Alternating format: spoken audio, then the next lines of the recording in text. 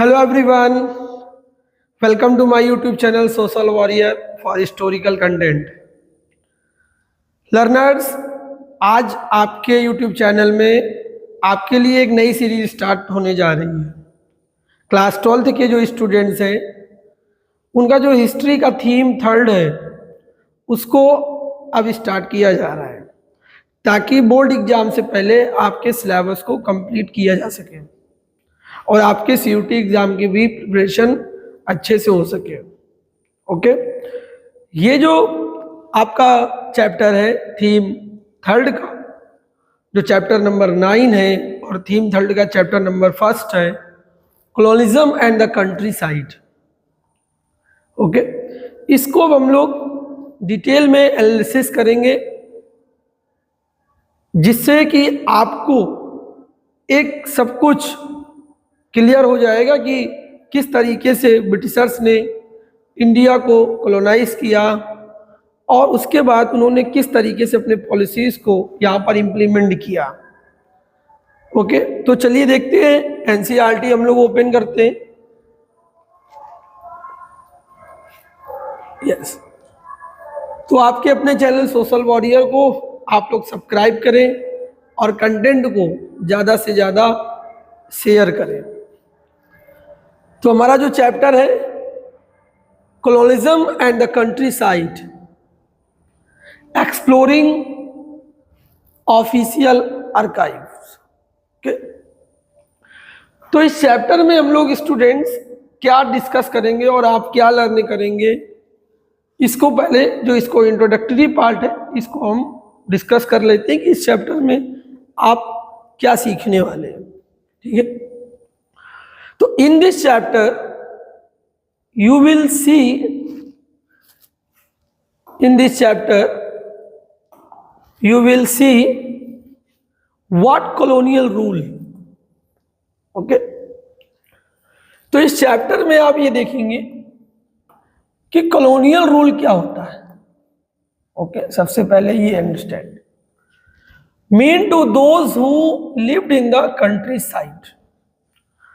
Colonial rule के क्या मायने हैं उनके लिए जो भारत के ग्रामीण इलाकों में रहते हैं, जो भारत के देहात के इलाकों में रहते हैं, उनके लिए स्टूडेंट्स कॉलोनियल रूल का क्या मतलब था।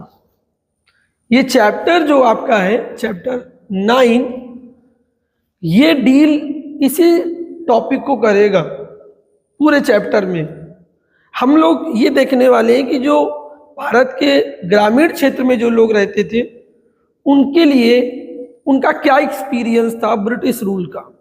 Okay, you will meet the zamindars of Bengal. आप बंगाल के जो जमींदार हैं उनके बारे में आपको इसमें डिस्कस करने को मिलेगा। फिर हमारी जो यात्रा होगी travel to the Rajmahal hills, हम लोग राजमहल जो पहाड़ियाँ हैं वहाँ पर हमारा डिस्कस होगा। वेयर द जो पहाड़ीज और जो संथाल्स हैं रहते हैं हम लोग उनके बारे में भी डिस्कस करेंगे। ठीक है, एंड देन मूव, और उसके बाद हम लोग आगे बढ़ेंगे west to the Deccan. Deccan की तरफ आएंगे, साउथ इंडिया की तरफ मूव करेंगे और फिर हम वहाँ पर जो कंट्री साइड के इलाके हैं, जो ग्रामीण इलाके हैं, वहाँ पर हम देखेंगे कि उनका क्या एक्सपीरियंस था ब्रिटिश रूल को। ठीक है, किस तरीके से उन्होंने एक्सपीरियंस किया, किस तरीके से जो ब्रिटिशर्स ने पॉलिसीज इम्प्लीमेंट की उनका क्या इम्पैक्ट उनके लाइफ में रहा। ठीक है, you will look at the way the English East India Company established its Raj in the countryside. Important. आप ये देखेंगे कि किस तरीके से एक ट्रेडिंग कंपनी जो 1600 में आई थी उसने किस तरीके से भारत में अपने राज को स्थापित किया। कंट्री साइड में, देश के देहात इलाकों में, देश के ग्रामीण इलाकों में उस कंपनी ने किस तरीके से अपने राज्य को इस्टेब्लिश किया and implement it's revenue policies, और किस तरीके से इस कंपनी ने अपनी रेवेन्यू पॉलिसीज को लागू किया देश के देहात के इलाकों में। What these policies mean to the different section of people.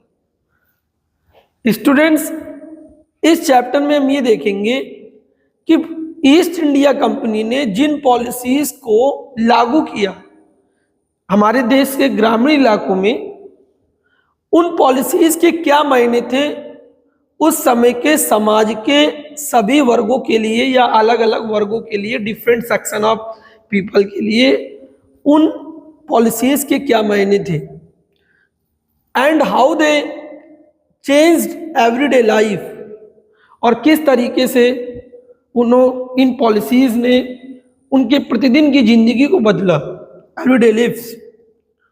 Okay, laws introduced by the state have consequences for people. हम इस चैप्टर में इस बात को भी डिस्कस करेंगे कि जो लॉज ईस्ट इंडिया कंपनी ने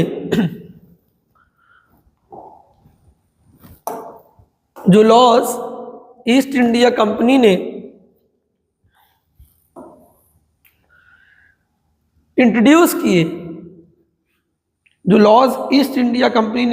किए, bye the state have consequences for people. लोगों पर उसका क्या प्रभाव हुआ, उन कानूनों का, क्योंकि ईस्ट इंडिया कंपनी ने बहुत सारे कानून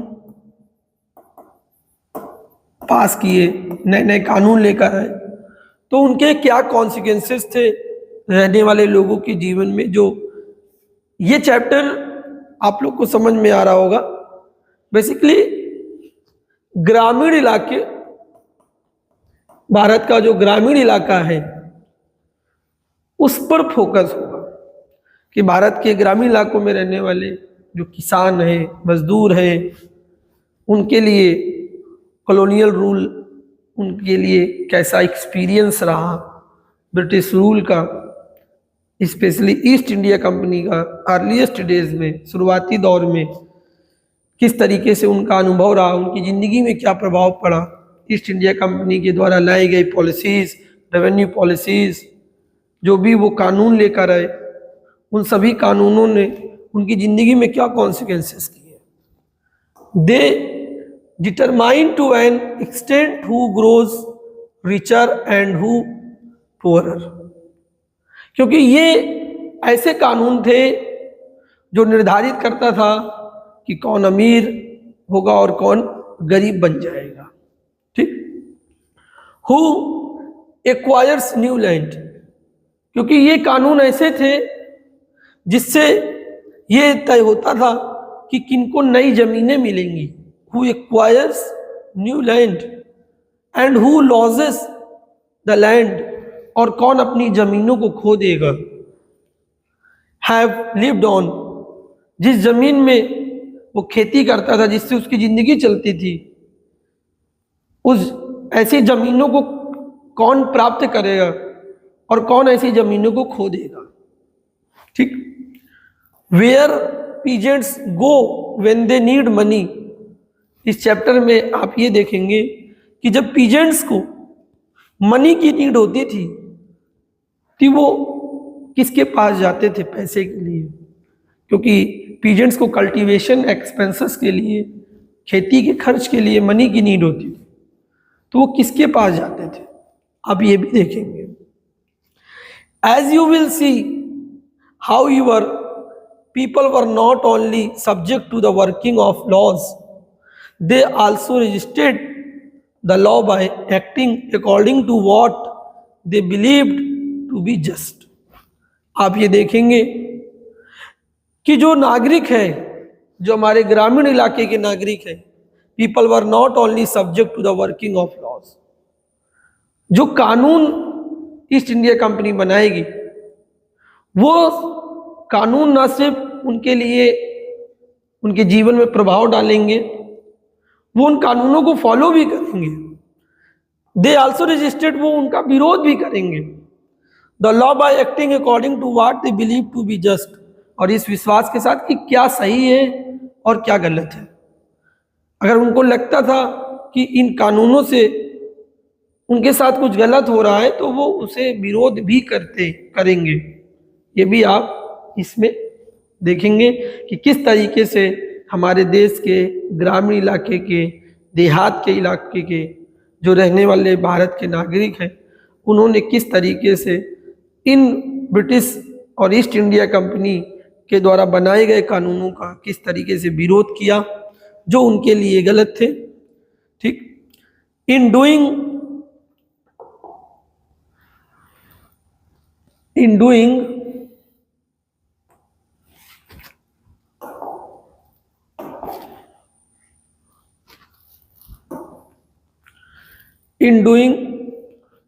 so people defined the way in which laws operated, thereby modifying their consequences. Okay, you will also come to know about the sources. अब हम सोर्सेस की बात करेंगे क्योंकि हिस्ट्री में इतिहास एक ऐसा विषय है, हिस्ट्री एक ऐसा सब्जेक्ट है जिसमें हम सारी बातें एविडेंस के बेस पर कहते हैं। तो students, you will also come to know about the sources that tell us, हम उन सोर्सेज की बात भी इस चैप्टर में करेंगे जो हमको ये बताते हैं दीज स्टोरीज, उस समय के इतिहास के बारे में। ठीक, and the problems historians face in interpreting them, इतिहासकारों को क्या समस्या आती थी सब चीज़ों को इंटरप्रेट करने में, उनकी व्याख्या करने में। यू विल रीड, आप उस समय के जो रेवेन्यू रिकॉर्ड्स हैं उनके बारे में पढ़ेंगे इस चैप्टर में, एंड सर्वेस के बारे में पढ़ेंगे जो ईस्ट इंडिया कंपनी ने सर्वे कराया था उस समय के भारत में, ताकि वो और अच्छे से इंडिया को कॉलोनाइज कर सके। तो वो सर्वे क्या कहते हैं, बहुत सारे जो ईस्ट इंडिया कंपनी के ऑफिसर हैं, उनके जनरल्स, उनके अकाउंट्स जो वो लिख गए, उनके लेटर वगैरह, ऑफिशियल लेटर्स जो ईस्ट इंडिया कंपनी के ऑफिसर एक्सचेंज करते थे, वो हमारे पास रिकॉर्ड्स में हैं। बाय सर्वेयर्स एंड ट्रेवलर्स, या उस समय के जो सर्वेयर्स थे जो उन्होंने सर्वे किया, या उस समय के जो ट्रेवलर्स थे जो भारत में आए, उन्होंने उस समय की परिस्थितियों का किस तरीके से अपने शब्दों में डिस्क्राइब किया है, ये सब भी हम लोग इस चैप्टर में डिस्कस करेंगे। And reports produce by inquiry commission, और उस समय और ऐसी रिपोर्ट्स जो इंक्वायरी कमीशन ने बनाई हैं उनको भी हम देखेंगे इस चैप्टर में। तो स्टूडेंट्स, हमें क्या क्या पॉइंट्स समझ में आ रहे हैं इसको देख लेते हैं। तो इस चैप्टर में हम लोग क्या क्या डिस्कस करने वाले हैं इसे आप सबसे पहले समझिए। ओके, तो इन दिस चैप्टर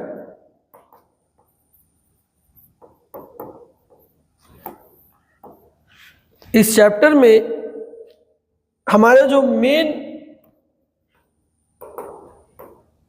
पॉइंट्स में डिस्कशन होगा वो क्या क्या होगा और आप क्या क्या सीखेंगे। ठीक, तो इस चैप्टर में जो हमारे क्लास 12 के स्टूडेंट्स हैं वो बेसिकली ईस्ट इंडिया कंपनी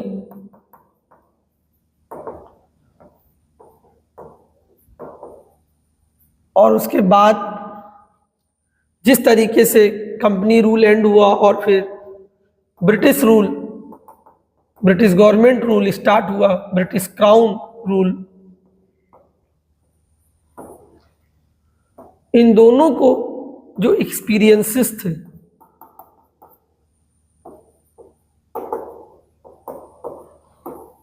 ठीक है, इंडिया के जो ग्रामीण इलाके के लोग थे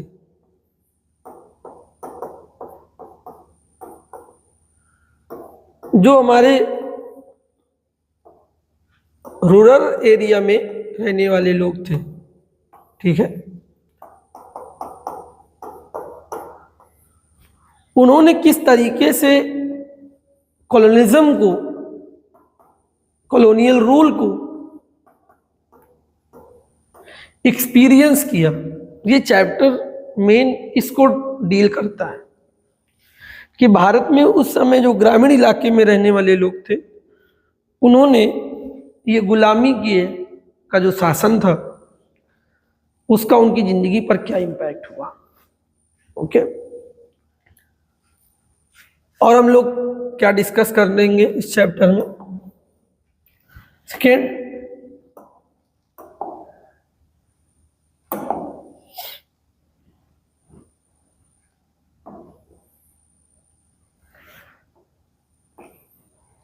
पॉइंट, जो कॉलोनियल गवर्नमेंट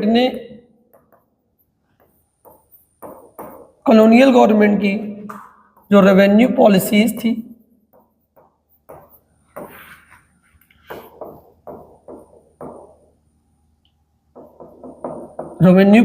थी, जो लॉज थे, ओके, इनका क्या इम्पैक्ट हुआ हमारे रूरल ग्रामीण क्षेत्र में रहने वाले, देहात क्षेत्र में रहने वाले लोगों के जीवन पर। इसको हम लोग देखें कि जो रेवेन्यू पॉलिसीज ब्रिटिशर्स ने इंट्रोड्यूस की इंडिया में, और वो टिल इंडिपेंडेंट तक चलती रही, वो पॉलिसीज भारत के आज़ाद होने तक, वो पॉलिसीज, रेवेन्यू पॉलिसीज भारत के देहात के इलाकों में, ग्रामीण इलाकों में वही पॉलिसीज चलती रही, और उनका कितना ज़्यादा इम्पैक्ट भारत के ग्रामीण इलाकों में रहने वाले लोगों के जीवन में पड़ा, आप इस चैप्टर में उसको देखेंगे, ठीक।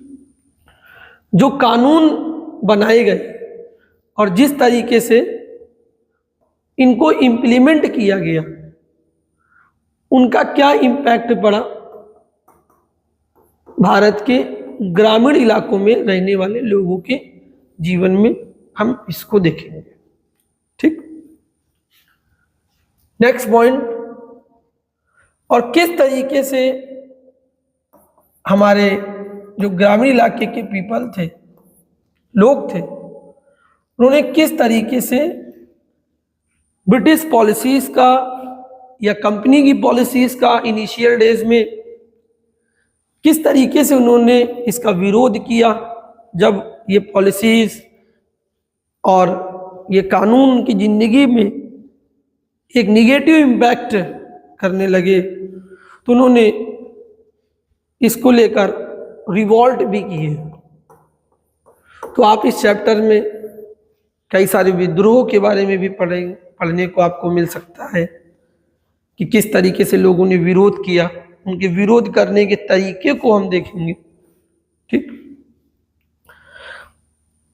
As well as countryside में जो हमारे पहाड़ियाज लोग हैं, पहाड़ियों में रहने वाले लोग हैं, ठीक है, कंट्री साइड में ये भी आते हैं। तो पहाड़ियों में रहने वाले जो लोग हैं, पहाड़ी लोग, उनके जीवन में भी क्या इम्पैक्ट होगा ब्रिटिश रूल का, कॉलोनियल रूल का, हम ये भी डिस्कस करेंगे इस चैप्टर में, ओके। तो अब हम लोग अपने डिस्कशन को स्टार्ट करते हैं। सोर्सेस आपको याद रखने हैं, you will also come to know about the sources, क्योंकि हिस्ट्री में सोर्सेज सबसे इंपॉर्टेंट है कि आप जो कंटेंट पढ़ रहे हैं उसका सोर्स क्या है। हमारा जो सोर्स है वो हमारे जो ऑफिशियल आर्काइव्स है, देख लीजिए, एक्सप्लोरिंग ऑफिशियल आर्काइव। इस चैप्टर में हम एक्सप्लोर करेंगे उन ऑफिशियल आर्काइव को, उन आधिकारिक अभिलेखों को जो किससे रिलेटेड है, कॉलोनियल पीरियड से रिलेटेड है। इस चैप्टर में जो बहुत सारी डिटेल है इन सोर्सेज से ही है। जो ये आपके सोर्सेज हैं जैसे कि revenue records, surveys, journal and accounts, ठीक है, जो रेवेन्यू रिकॉर्ड्स है ब्रिटिश गवर्नमेंट के, जो सर्वे कराया ब्रिटिश गवर्नमेंट ने, वो आपके लिए सोर्स है इस चैप्टर में। Journals and account by surveyor's, और जो सर्वेयर्स थे, जो सर्वे करते थे, जिससे ब्रिटिश इंडिया कंपनी जिनसे सर्वे करवाती थी, उनके अकाउंट्स, उनके जर्नल्स, ट्रैवलर्स के जर्नल्स एंड उनके अकाउंट, और इंक्वायरी कमीशन की रिपोर्ट्स। ये चैप्टर में आपको ऐसे सोर्सेज बहुत मिलेंगे, तो इससे आपको और भी अच्छे से स्पष्ट हो सकेगा कि उस समय की वास्तविक परिस्थितियां क्या थी ग्रामीण इलाकों में रहने वाले लोगों के जीवन में। ठीक है, डिस्कस।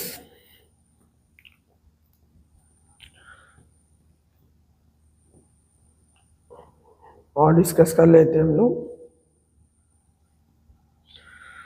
तो हमारा जो टॉपिक स्टार्ट होना है वो topic 1, Bengal and the zamindars. ठीक है, बंगाल एंड द जमींदार्स। देखिए, Bengal and the zamindars. As you know, जैसा कि आप लोग जानते हैं, colonial rule was first established in Bengal. जो कॉलोनियल रूल था वो सबसे पहले बंगाल में स्थापित हुआ, बंगाल में इस्टेब्लिश्ड हुआ।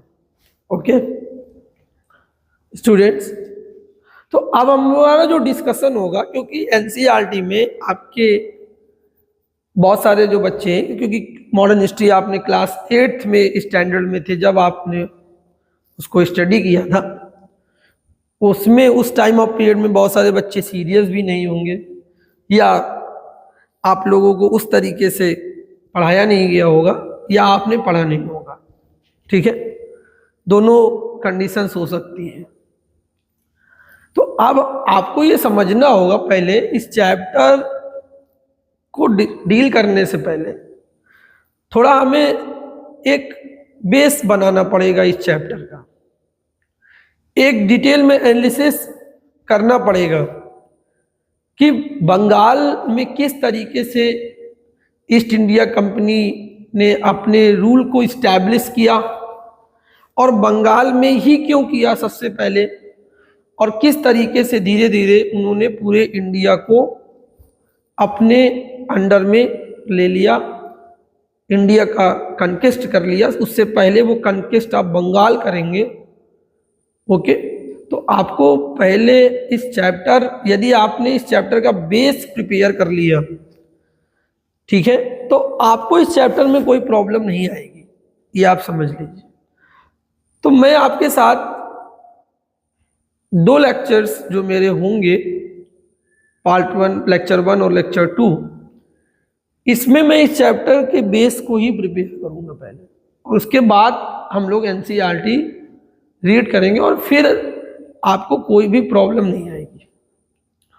ठीक है, तो आज के जो हमारा लेक्चर होगा, अब वो इस पर डिस्कशन हम करेंगे कि किस तरीके से ईस्ट इंडिया कंपनी ने बंगाल को कॉन्क्वेस्ट किया, बंगाल पर कब्जा किया, और बंगाल में कॉलोनियल रूल इस्टेब्लिश किया। ओके, तो अब हमारा जो डिस्कशन है, अब इस पर फोकस करने वाले हैं हम लोग। तो इसके लिए मैंने आपके लिए अपने पर्स नोट्स बनाए हैं आपके लिए, अब इसके साथ पीडीएफ शेयर करके उनको हम डिस्कस कर लेंगे। ये कन्क्वेस्ट ऑफ बंगाल। ओके, इसे देखते, देखिए students, the British East India company which came to India for the trade in the early 17th century. British East India Company जो भारत में अर्ली 17th सेंचुरी में स्टार्टिंग फेज में, जब 17th सेंचुरी स्टार्ट हुआ, early 17th century में, तो वो जब आई थी तो उसका जो प्राइमरी ऑब्जेक्टिव था, वो लोग क्यों भारत आए थे, इंडिया क्यों आए थे, which came to India for trade, trade करने के लिए भारत आए थे, भारत में व्यापार करने के लिए आए थे। Gained footing in India in 1612, और इनको यहाँ पर जगह मिलती है। इनको उस समय के जो मुगल एम्परर थे जहांगीर, ओके, जो मुगल एम्परर थे जहांगीर, ग्रांटेड द राइट, इनको अधिकार देते हैं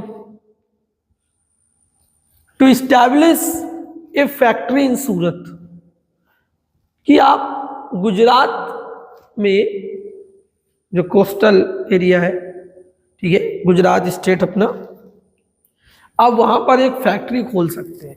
ये परमिशन उस समय के मुगल बादशाह,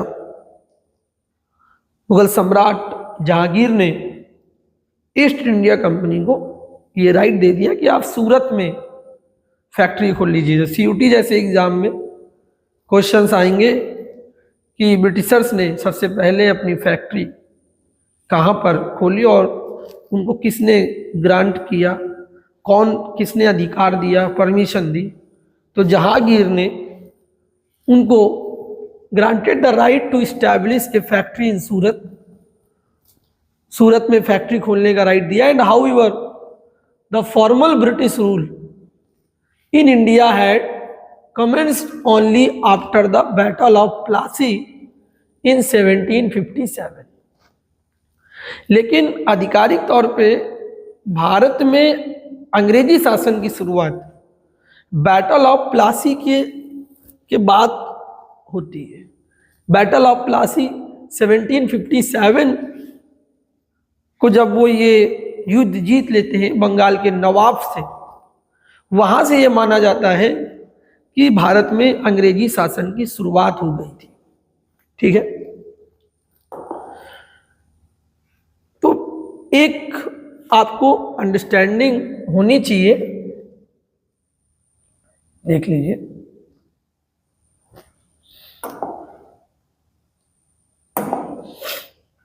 देखो कुछ मैं आपको फेजेस आपको बताना चाहूंगा।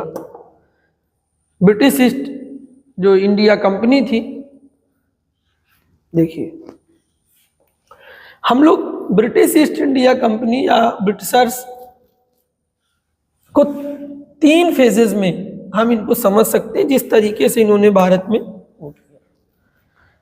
देखिए, इनका जो फर्स्ट फेज था वो 1612 से लेकर 1757 तक जो फर्स्ट फेज था, इसमें ईस्ट इंडिया कंपनी एक ट्रेडिंग कंपनी के तौर पर थी फर्स्ट फेज में। ओके, ये फर्स्ट फेज था ब्रिटिशर्स का, जिसमें ईस्ट इंडिया कंपनी को जब 1612 में फैक्ट्री खोलने की अनुमति मिलती है, वैसे 1600 में ही ईस्ट इंडिया कंपनी की स्थापना हो जाती है और भारत से वो व्यापार शुरू कर देते हैं। लेकिन जब उनको फैक्ट्री खोलने का राइट मिल जाता है तो वहां से अगर हम ले तो 600 भी आप कर सकते हैं। जो फर्स्ट फेज में ये सिर्फ एक ट्रेडिंग कंपनी थी 1757 तक, ये आप समझिए, समथिंग 150 ईयर्स तक, 150 साल तक इस कंपनी ने भारत से व्यापार ही किया। ठीक है, इसका जो सेकेंड फेज इनका जो रहा, सेकेंड फेज में ईस्ट इंडिया कंपनी जो थी,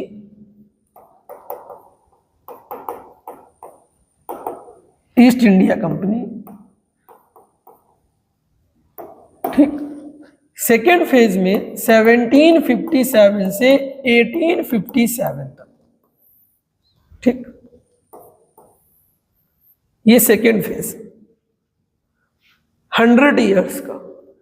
इस सेकेंड फेज में ब्रिटिशर्स ने इंडिया में क्या किया, तो इस सेकेंड फेज को हम एनेक्सेशन के रूप में देखते हैं, एनेक्सेशन ऑफ इंडिया। भारत का आप समझिए, भारत में इन्होंने किस तरीके से भारत के अलग अलग राज्यों को जीता, उन पर कब्जा किया। ये सेकेंड फेज में इन्होंने किया, एनेक्सेशन की शुरुआत हो गई। ठीक है, ये 100 ईयर्स में 1757 से लेकर 1857 तक with the help of different policies, with the help of officers, bureaucrats, with the help of British Army, इन्होंने इंडिया का एनेक्सेशन किया 100 ईयर्स तक। उसके बाद आपका 1857 का रिवॉल्ट होता है, 1857 की क्रांति होती है, और वहाँ से इनका एनेक्सेशन रुकता है। और फिर उसके बाद ये डिसाइड करते हैं कि अब हम लोग भारत में दो तरह के भारत बना देते हैं। वो इलाके जो इन्होंने कब्जे कर लिए थे इस 100 साल के पीरियड में, 100 ईयर्स के पीरियड में, उसे ब्रिटिश इंडिया घोषित कर दिया जाता है। और वो इलाके जो इन्होंने कब्जे नहीं कर पाए थे इस 100 ईयर्स के फेज में, उसे हम प्रिंसली स्टेट्स के रूप में जानते हैं। ठीक है, भारत के इतिहास में वो एक अलग टॉपिक है। और थर्ड फेज जो ब्रिटिशर्स का रहा, जिसमें 1857 से लेकर 1947 तक इन्होंने भारत में रूल किया।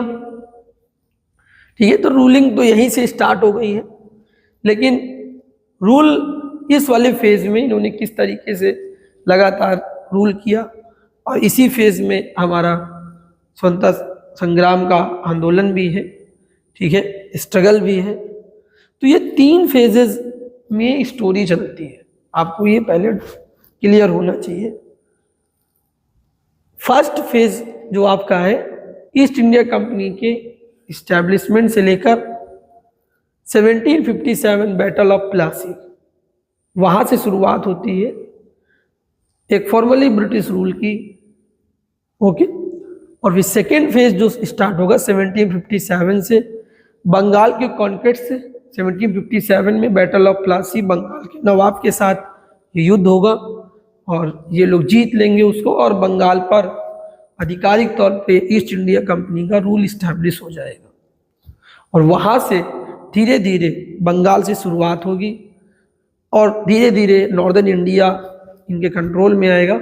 लेकिन क्वेश्चन ये है कि बंगाल ही क्यों, बंगाल से ही क्यों इसकी शुरुआत होगी, और बंगाल इतना प्रोमिनेंट आपको क्यों दिख रहा है? तो उस समय के मुगल अंपायर में जो बंगाल प्रोविंस था वो सबसे प्रॉस्परस था, अभी आप देखेंगे।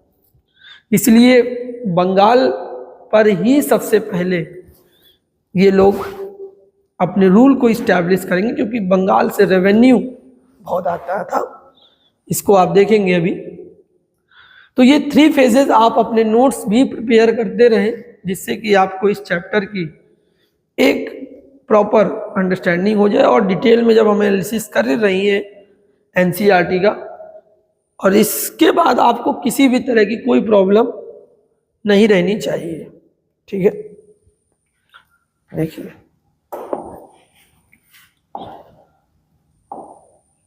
ओके, ठीक है।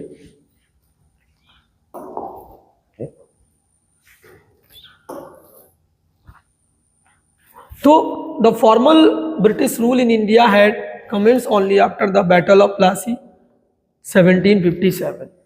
आधिकारिक तौर पे ब्रिटिश रूल की शुरुआत बैटल ऑफ प्लासी के बाद होगी, 1757 के बाद। When the nawab of Bengal, जब बंगाल के नवाब surrendered his dominations to the British East India Company, जब बंगाल के नवाब अपने आधिपत्य का समर्पण कर देते हैं, अपने डोमिनेशन का, इस कंपनी के सामने। ठीक है, तो ये हमें डिस्कस करना है कि किस तरीके से इन्होंने बंगाल पर कब्जा किया, कॉन्क्वेस्ट ऑफ बंगाल। ठीक है, the British conquest consolidation in India Bharat में अंग्रेजों के आधिपत्य की शुरुआत, उनके कब्जे की शुरुआत धीरे धीरे स्टार्ट होती है with the subjugation of Bengal.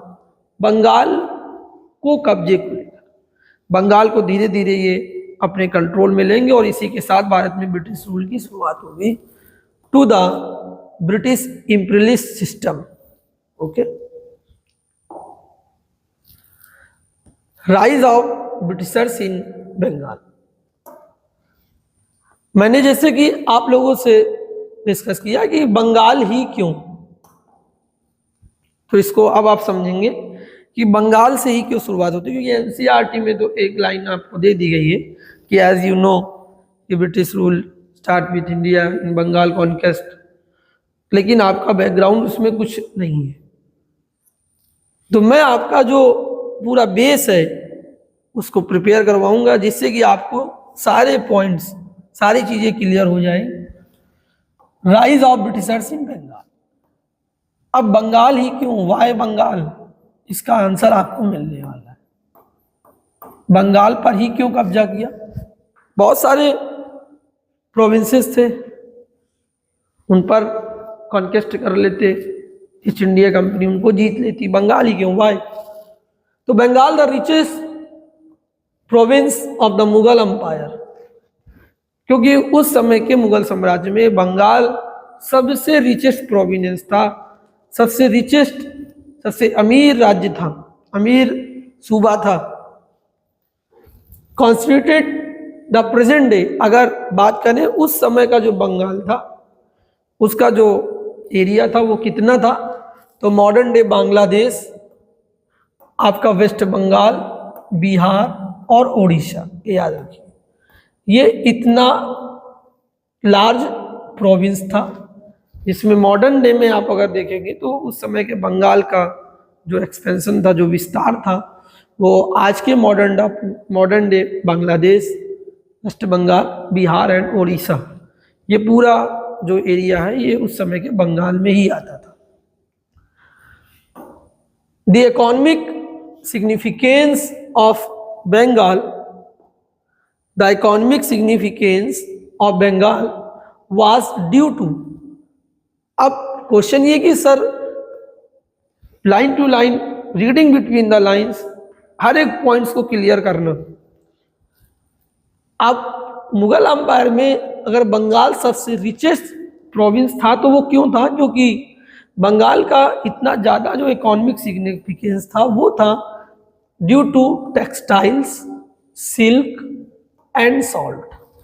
ठीक है, ये तीन गुड्स प्रोडक्ट की वजह से, टेक्सटाइल्स, सिल्क एंड सॉल्ट, इसकी वजह से बंगाल का एक आर्थिक अपना महत्व था, एक इकोनॉमिक सिग्निफिकेंस था। ठीक,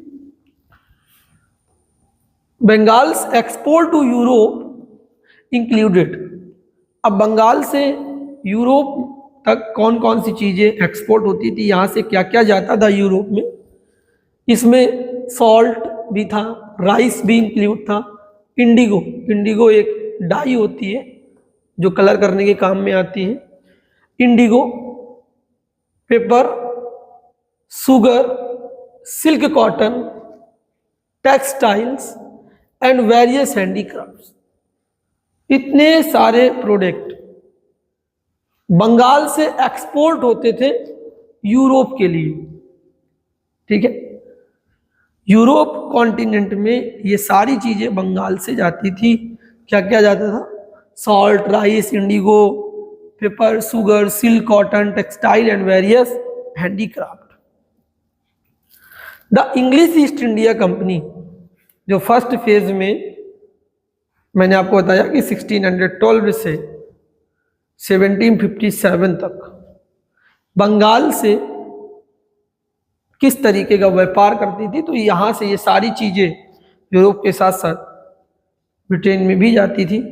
ठीक है, the English East India company had vital commercial interest in Bengal. देखिए, जो कंपनी थी इंग्लिश ईस्ट इंडिया कंपनी, इसका had a vital commercial interest in Bengal, Bengal में इनका व्यापारिक अपना इंटरेस्ट था, कमर्शियल इंटरेस्ट इनके थे बंगाल के साथ। As nearly 60% of British import, याद रखिए लगभग अनुमान ये है कि बंगाल से 60% इंडिया से जो ये लोग एशिया से जो चीज़ें इंपोर्ट करते थे, तो टोटल वैल्यू हो गई 100%। जितना भी ट्रेड ये करते थे, जो भी इंपोर्ट करते थे, एशिया से ले जाते थे अपने यहाँ, उस 100% में से 60% of British import from Asia were Bengali goods. आप देखिए कितना ज़्यादा बंगाल का सिग्निफिकेंस है कि 60% जो गुड्स है जो जा रहा है इंडिया से, वो बंगाली गुड्स है। उस जो टोटल जो एशिया में इनका इंपोर्ट होता था, एशिया से ये जो सारी चीज़ें ले जाते थे, 100% में से 60% बंगाली गुड्स था। तो अब आपको ये समझ में आ रहा होगा कि वाई बंगाल, बंगाल को इन्होंने क्यों कॉन्क्वेस्ट किया, बंगाल पर क्यों कब्जा किया, क्योंकि इकोनॉमिक इंटरेस्ट इनके बंगाल से बहुत ज़्यादा थे। और धीरे धीरे ये देखने लगे कि क्योंकि उनको टैक्स देना पड़ता था उस अर्ली फेज में इस इंपोर्ट एक्सपोर्ट के लिए, इन्होंने दिमाग लगाया कि क्यों ना हम बंगाल पे कब्जा ही कर लें। और जब बंगाल पे इन्होंने कब्जा कर लिया तो धीरे धीरे इन्हें बहुत ज़्यादा प्रॉफिट हुआ। और फिर इनकी ये सोच भी आ गई कि अगर हम संपूर्ण भारत को, पूरे इंडिया को कनेक्ट कर लें, तो फिर हमारी जो इकॉनमी है वो कितनी स्ट्रांग हो जाएगी, हमें कितना ज़्यादा रेवेन्यू मिलने लगेगा। इसी सोच के साथ ये धीरे धीरे बंगाल पे कब्जे के साथ साथ भारत पर अपने कब्जे की शुरुआत करेंगे। ठीक, लेकिन अभी हमारा टॉपिक कॉन्क्वेस्ट ऑफ बंगाल है, क्योंकि हमने देखा कि एनसीईआरटी में दिया गया है कि भारत में ब्रिटिश राज की शुरुआत बंगाल पर कब्जे की शुरुआत के साथ हुई। तो हमें उससे पहले ये जानना जरूरी है कि बंगाल का उस समय क्या सिग्निफिकेंस था, उसका क्या इकोनॉमिक सिग्निफिकेंस था। ठीक है, और ईस्ट इंडिया कंपनी के लिए बंगाल का इतना महत्व क्यों था। ठीक है, तो अब आपको सारे पॉइंट्स क्लियर हो रहे हैं। अब देखिए 1651 में द फर्स्ट इंग्लिश फैक्ट्री, जो पहली इंग्लिश फैक्ट्री थी 1651 में बंगाल की, तो वो इंडिया में जो पहली फैक्ट्री लगाई वो 1612 में लगाई थी सूरत में, लेकिन बंगाल में इन्होंने अपनी पहली फैक्ट्री लगाई 1651 में। Was founded in Hooghly with permission from Sultan Shuja. किसकी परमिशन से? जो सुल्तान सूजा थे उनकी परमिशन से इन्होंने 1651 में पहली फैक्ट्री बंगाल में ईस्ट इंडिया कंपनी की लगती है।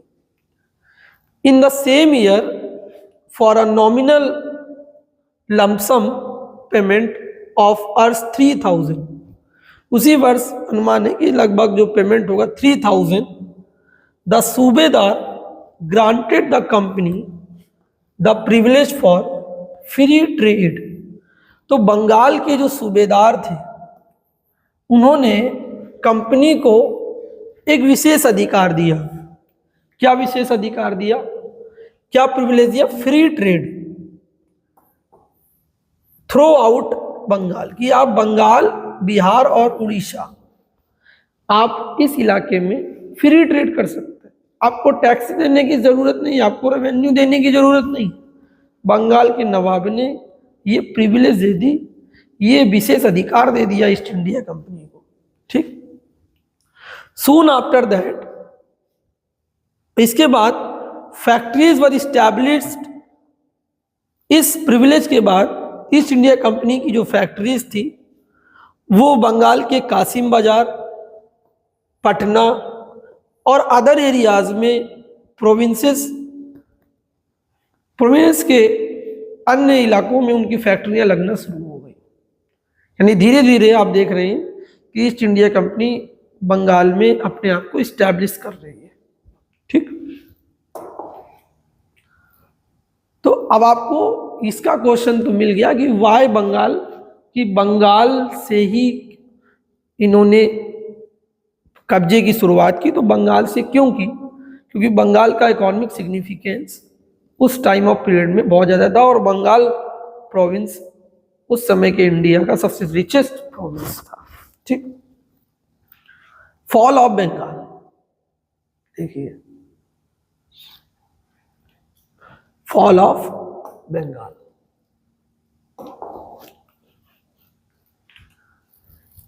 अब इस टॉपिक में हम देखेंगे किस तरीके से बंगाल का फॉल होता है। Conflict between the company and the Nawab, company और बंगाल के नवाब के बीच में किस तरीके से कॉन्फ्लिक्ट हुआ। देखिए, the Farman given by emperor Farooq सियार,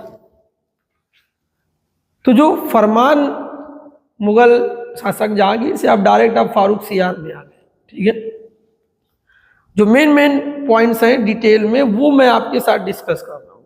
ठीक, फरमान जो उस समय के मुगल एम्परर फारूक सियार ने दिए, बिकेम अ सोर्स, ये एक माध्यम बन गए। किस चीज का? Became a source of conflict, किसके बीच के विवाद का सोर्स बन गए? Became a source of conflict between the company and the Murshid Quli Khan. ये कौन है? ये बेटा नवाब है बंगाल के। बंगाल के नवाब थे। ठीक, और ये जो बंगाल के नवाब थे मुर्शीद कुली खान, इनके साथ कंपनी का कॉन्फ्लिक्ट हो जाता है, क्योंकि फारूक सियार ने जो फरमान दिए थे, और ये एक न्यू ऑटोमस रूलर थे बंगाल के, क्योंकि लेटर मुगल्स वीक हो गए थे, कमजोर हो गए थे। ठीक है, तो उसके बाद उनसे अलग होकर कई सारे रूलर्स ने इंडिपेंडेंट हो गए। तो लेकिन आधिपत्य उन्हीं का था, लेकिन अब ये ऑटोनॉमस रूलर हो गए बंगाल के Murshid Quli Khan. East India company का कहना था कि हमें मुगल एम्परर ने राइट्स दिए, अधिकार दिए ट्रेड करने के, लेकिन अब क्योंकि बंगाल के नवाब मुर्शीद कुली खान एक ऑटोनॉमस रूलर है, तो वो इन सभी फरमानों को मानने से इनकार कर देंगे, और ये एक रीजन बन जाएगा कंपनी और नवाब के बीच के कॉन्फ्लिक्ट का। फिर जो ईस्ट इंडिया कंपनी है वो कॉन्स्पिरेसी करने लगती है, साजिश रचने लगती है बंगाल के नवाब के खिलाफ। ठीक है, और बंगाल के खिलाफ the Farman meant loss of revenue, क्योंकि मुर्शीद कुली खान को लगता था इन फरमानों का मतलब है रेवेन्यू का लॉस, क्योंकि मुगल एम्परर्स ने बहुत सारी प्रिविलेज दे दी थी ईस्ट इंडिया कंपनी को ट्रेड करने की फ्री में। और क्योंकि अब मुर्शीद कुली खान बंगाल के एक ऑटोनॉमस रूलर हैं, तो उनको अपना प्रोविंस चलाना है, उनको अपना राज्य चलाना है, बंगाल की इकोनॉमिक ग्रोथ करनी है। लेकिन वो ये देखते थे ईस्ट इंडिया कंपनी बहुत ही ह्यूज प्रॉफिट बंगाल से कमा रही है, लेकिन रेवेन्यू नहीं दे रही है। तो उनकी नज़र में इन फरमानों का मतलब था loss of revenue to the Bengal government, कि बंगाल सरकार का रेवेन्यू लॉस हो रहा है।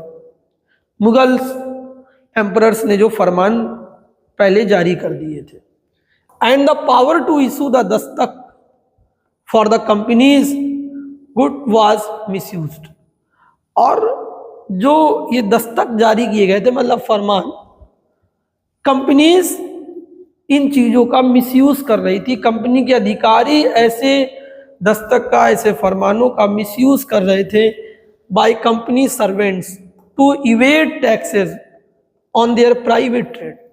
मुर्शीद कुली खान क्या देख रहे हैं कि कंपनी के साथ साथ कंपनी में जो कर्मचारी जो वो अपना प्राइवेट ट्रेड भी करते हैं उसका भी वो टैक्स नहीं दे रहे। कंपनी को तो प्रिविलेज मिली थी, लेकिन जो कंपनी में काम करने वाले जो सर्वेंट्स हैं, कंपनी के जो ऑफिसर्स हैं, वो लोग भी अपना ट्रेड करते थे, वो लोग भी अपना व्यापार करते थे, लेकिन वो भी इवैड टैक्स, वो भी टैक्सेस देने से बच रहे।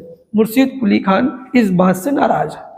ठीक, अब मुर्शीद कुली खान का टाइम ऑफ पीरियड ऐसे चलता रहता है, ज़्यादा कुछ नहीं होता है। लेकिन अब मुर्शीद कुली खान के बाद जो नेक्स्ट सक्सेसर है, ठीक है, उसके बाद जो और एक नेक्स्ट सक्सेसर आएंगे सिराजुद्दौला। ये एक आपके नवाब हैं बंगाल के, जो मुर्शीद कुली खान, उसके बाद अलवर्दी खान और देन आपके सिराजुद्दौला। यहाँ पर टसल होने वाला है, आप झगड़ा होगा, टसल विद सिराजुद्दौला। ओके, देखिए Alivardi Khan died on 9 April 1756 and was succeeded by his grandson। उनके जो पुत्र थे सिराज उद दौला, वो उत्तराधिकारी बनते हैं, यानी वो बंगाल के नवाब बनते हैं। ठीक, the conflict assumed when Sirajuddaula threatened the lucrative English private trade by stopping all misuse of Dastak. देखिए, अब कॉन्फ्लिक्ट माना यह जाता है कि असली झगड़े की शुरुआत यहां से होती है बंगाल में, जब सिराजुद्दौला धमकी देते हैं कि देखो इंग्लिश प्राइवेट ट्रेड, ल्यूक्रेटिव का मतलब बहुत ही प्रॉफिट हो रहा था, ठीक है, ल्यूक्रेटिव मतलब आकर्षक, क्योंकि बहुत ज़्यादा ब्रिटिशर्स को, ईस्ट इंडिया कंपनी को बहुत ज़्यादा प्रॉफिट हो रहा था, तो हर कोई ट्रेड कर रहा था बंगाल से। तो सिराजुद्दौला ने ये चेतावनी दी इंग्लिश प्राइवेट ट्रेड को, जो काफ़ी आकर्षक था, सब करते थे। उन्होंने कहा कि ये जो आप लोग फरमान्स का मिसयूज कर रहे हैं, इसको रोक दीजिए। कंपनी को प्रिविलेज मिली है, ना कि सबको, इसको आप रोकिए।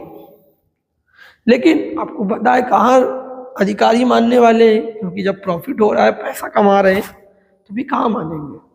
लेकिन उसने चेतावनी दी कि ये सब नहीं चलेगा। The more serious immediate issues of discord were the, अब जो सीरियस इमीडिएट इश्यूज होंगे इस विवाद का, जो सिराजुद्दौला और कंपनी के बीच में जो विवाद का कारण बनेंगे, दो पॉइंट्स ऐसे हैं जिस पर विवाद खुलकर सामने आ जाएगा। एक तो पहले ही सिराजुद्दौला नाराज है, कंपनी को लगातार चेतावनी दे रहा है, लेकिन कंपनी भी उसके खिलाफ कॉन्स्पिरेसी कर रही है, साजिश रच रही है, क्योंकि कंपनी को बंगाल से बहुत ज़्यादा प्रॉफिट होता था और कंपनी रेवेन्यू देने को तैयार नहीं थी, क्योंकि शुरुआत से ही आदत खराब कर दी ना उनकी मुगल एम्परर्स ने। उसके बाद और भी उनको प्रिविलेज मिलती रही, तो अब उनको टैक्स रेवेन्यू देने में परेशानी आ रही है और वो देना नहीं चाहते हैं। तो इसलिए जब वो बंगाल के नवाब सिराजुद्दौला उन पर सख्ती करते हैं, तो कंपनी भी कॉन्स्पिरेसी रचना शुरू करती है, साजिश रचना शुरू करती है, किस तरीके से इस नवाब को हटाया जाए और किसी एक ऐसे पर्सन को नवाब बनाया जाए जो कंपनी का पपट हो, जो कंपनी का पपट हो, यानी कंपनी के हाथ की कठपुतली हो, कंपनी जैसा कहे वैसा वो नवाब करे। वो ऐसा एक नवाब चाहते थे, ठीक। सिराजुद्दौला ऐसा नहीं था, तो कंपनी उसके खिलाफ कॉन्स्पिरेसी रचती है। लेकिन जो इमीडिएट इशू था इनके बीच में, कंपनी और नवाब के बीच में, जहां से झगड़े की शुरुआत होती है, वो था कि एक पर्सन थे जिनका नाम था कृष्ण वल्लभ, ठीक है, Krishna Vallabh, who was charge with fraud, जो धोखाधड़ी में पाए गए थे। फ्रॉड का उनके ऊपर चार्ज था बाय द नवाब, और नवाब ने उनको क्या कर दिया था, बाहर निकाल दिया था बंगाल से। लेकिन कंपनी ने क्या किया, company grant of asylum to Krishna Vallabh. Asylum क्या होता है, जब किसी एक स्टेट ने, कंट्री ने किसी व्यक्ति को बाहर निकाल दिया और आप शरण दे दें अपने पास, उसे कहते हैं असाइलम। तो the grant of asylum, Krishna Vallabh ने शरण मांगी कंपनी से और कंपनी ने दे दी। इस बात पर यह एक सीधी चुनौती थी बंगाल के नवाब सिराजुद्दौला को कंपनी की तरफ से कि आपने जिसको वार किया हमने उसको शरण दे दी, आपको जो करना हो कर लीजिए। ये एक नेक फाइट टू फाइट की शुरुआत हुई। यहाँ से बहुत ज़्यादा जो रिलेशंस थे और ज़्यादा खराब हो गए। बंगाल के नवाब सिराजुद्दौला बेहद नाराज हुए। और एक और फर्स्ट पॉइंट ये कि शुरुआत कहाँ से होती है विवाद की, बिल्कुल इमीडिएट कॉज क्या था, the new fortification at Calcutta.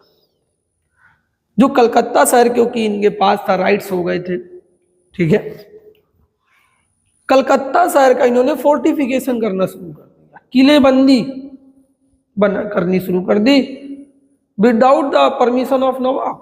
Bengal का नवाब सिराजुद्दौला है और आप उसके कलकत्ता में फोर्टिफिकेशन कर रहे हैं और आप परमिशन भी नहीं ले रहे हैं बंगाल के नवाब से। तो ये एक चैलेंज है कि नहीं कंपनी का नवाब के लिए कि आपको रोकना हो रोक लीजिए। ये जो इमीडिएट कॉस्ट थे ये दो, एक कृष्ण वल्लभ को शरण देना जिन पर फ्रॉड का चार्ज था और दूसरा कलकत्ता शहर का फोर्टिफिकेशन करना। इस समय मैं आपको ये क्लियर करा रहा हूं कि किस तरीके से बंगाल में कब्जा किया अंग्रेजों ने, कंपनी ने। एनसीईआरटी में है ना, ब्रिटिश राज की शुरुआत बंगाल से होती है। तो कैसे होती है ये जानना बहुत जरूरी है, तभी आपको इस चैप्टर की अंडरस्टैंडिंग आएगी। या पूरी थीम 9 जो है, थीम 3 जिसमें 4 आपके चैप्टर्स हैं, उसका एक बेस आपका प्रिपेयर हो जाएगा। ठीक, नेक्स्ट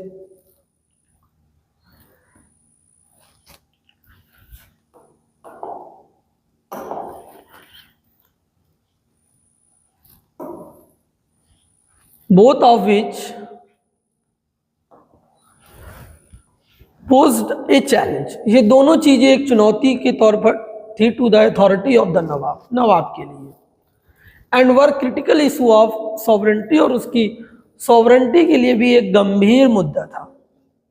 ठीक है, सॉवरेन का मतलब तो आपको पता ही है कि एक टेरिटरी में डिसीजन लेने का राइट उस रूलर को होता है, उसे कहते हैं सॉवरेंटी। जैसे India is a sovereign country, इसका मतलब ये है कि भारत अपने इंटरनल मैटर्स में इंडिया ही डिसाइड करेगा क्या होगा, as well as external matter. तो नवाब की जो सॉवरेंटी थी उसको चैलेंज कर दिया कंपनी ने, ठीक है, कि कलकत्ता शहर का आप फोर्टिफिकेशन कर रहे हैं, आप पूछ भी नहीं रहे हैं कि हमें निर्माण कार्य करना चाहिए कि नहीं करना चाहिए, और आप जो आपको अच्छा लग रहा है वो आप कर रहे हैं। जिसको उसने बाहर निकाला आपने उसको शरण दे दी, उसके दुश्मन को, उसके अपराधी को। वो when the company fail to listen warnings, company को लगातार सिराजुद्दौला चेतावनी दे रहे थे लेकिन कंपनी उसे इग्नोर कर रही थी। फिर क्या होता है, Siraj showed his strength, Siraj अपनी ताकत का प्रदर्शन करता है। ठीक, बंगाल का नवाब Sirajuddaula showed his strength by taking over the factory at Kasim Bazar. Kasim बाजार में जो फैक्ट्री होती है ईस्ट इंडिया कंपनी को, उसको ओवर किया जाता है, over the factory of Kasim Bazar and Fort William in June 1756 में। ये सब होता है। ठीक, this was followed by Siraj. इसके अब सिराजुद्दौला नाराज है, गुस्से में रुक नहीं रहा है। उसने तो पहले उस फैक्ट्री को अपने कंट्रोल में लिया जो कासिम बाजार में थी, इसके बाद उसने कलकत्ता में अटैक कर दिया। ठीक है, क्योंकि कलकत्ता उस समय जो था वो ईस्ट इंडिया कंपनी के पास था, क्योंकि जो मुगल अंपायर के टाइम ऑफ पीरियड में जो मुगल बंगाल के सूबेदार होते थे, क्योंकि मुगल का पॉलिटिकल सिस्टम जब भी आप पढ़ेंगे तो आप देखेंगे इंडिया में उन्होंने भारत को मुगल एडमिनिस्ट्रेशन ने सूबे में बांट रखा था। सूबा मतलब राज्य, और हर एक सूबे में एक सूबेदार नियुक्त करते थे। तो उस समय करीब भारत को इन्होंने 11 सूबों में बांट रखा था, 11 या 12 में, और हर एक सूबे में एक सूबेदार होता था। तो उन 11 या जो 11 या 12 जो सूबे थे उसमें सबसे रिचेस्ट बंगाल था, और बंगाल की जिम्मेदारी सूबेदार के पास होती थी इनडायरेक्टली, और सुपरविजन करते थे मुगल बादशाह। ठीक है, तो उस एक टाइम में जो बंगाल का जो सूबेदार था उसने क्या किया था कि कलकत्ता और आसपास के इलाके को कंपनी को दे दिया था। तो क्या हुआ कि दिस वाज फॉलोड, तो इसीलिए ये लोग कलकत्ता शहर को, क्योंकि अपना मान रहे कि ये हमारा है तो हमको दिया गया था तो हम जो चाहेंगे वो करेंगे, फोर्टिफिकेशन करने लगे। लेकिन ये समझ नहीं रहे कि बंगाल का अब अपना एक नवाब है, वो ऑटोनॉमस रूलर है। ठीक है, आपको उसकी समझनी चाहिए, उसकी सुननी चाहिए। This was followed by Siraj attack on the Calcutta and it's capture on 20 जून। 20 जून को बंगाल के नवाब सिराजुद्दौला कलकत्ता पर अटैक कर देते हैं और कलकत्ता शहर को अपने कैप्चर में लेते हैं। The Nawab placed Calcutta under the charge of Manik Chand, और नवाब कलकत्ता शहर का चार्ज मानिक चंद को देते हैं, एंड रिटर्न टू मुर्शिदाबाद, और वापस मुर्शिदाबाद लौट आते हैं। ठीक, अब ये बात कंपनी को अच्छी नहीं लगती है, कंपनी को बहुत बड़ा लॉस होता है, इसलिए अब कंपनी जो है ना वो अब साजिश रचेगी, अब वो युद्ध करेगी। और ये एक बहुत बड़ा आपका ये भारत के इतिहास का एक इंडियन हिस्ट्री का टर्निंग पॉइंट था ये war, the battle of Plassey 1757, क्योंकि इस वॉर के जीतते ही भारत में ब्रिटिश राज की शुरुआत हो जाएगी। ठीक है, as soon as the news of Calcutta surrender, जैसे ही ये खबर कि कलकत्ता शहर पर बंगाल के नवाब ने अटैक करके अपने कंट्रोल में ले लिया है, जैसे ही ये खबर मद्रास तक पहुंचती है, ठीक, तो जो ब्रिटिश अथॉरिटीज थी they are decided to send an army, decide करते हैं कि हम एक सेना भेजेंगे under the command of Robert Clive. किसके नेतृत्व में?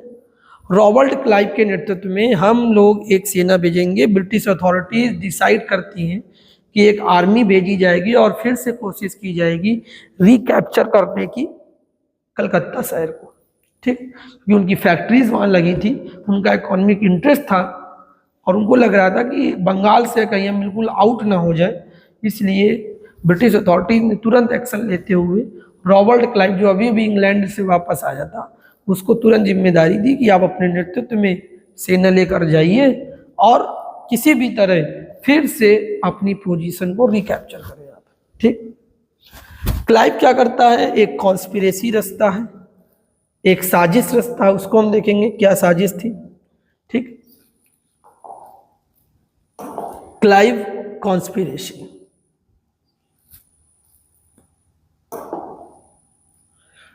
तो रॉबर्ट क्लाइव, अरे जो रॉबर्ट क्लाइव है वो एक कॉन्स्पिरेसी रचेंगे। ठीक, देखिए क्या साजिश रची उसने, Clive conspiracy.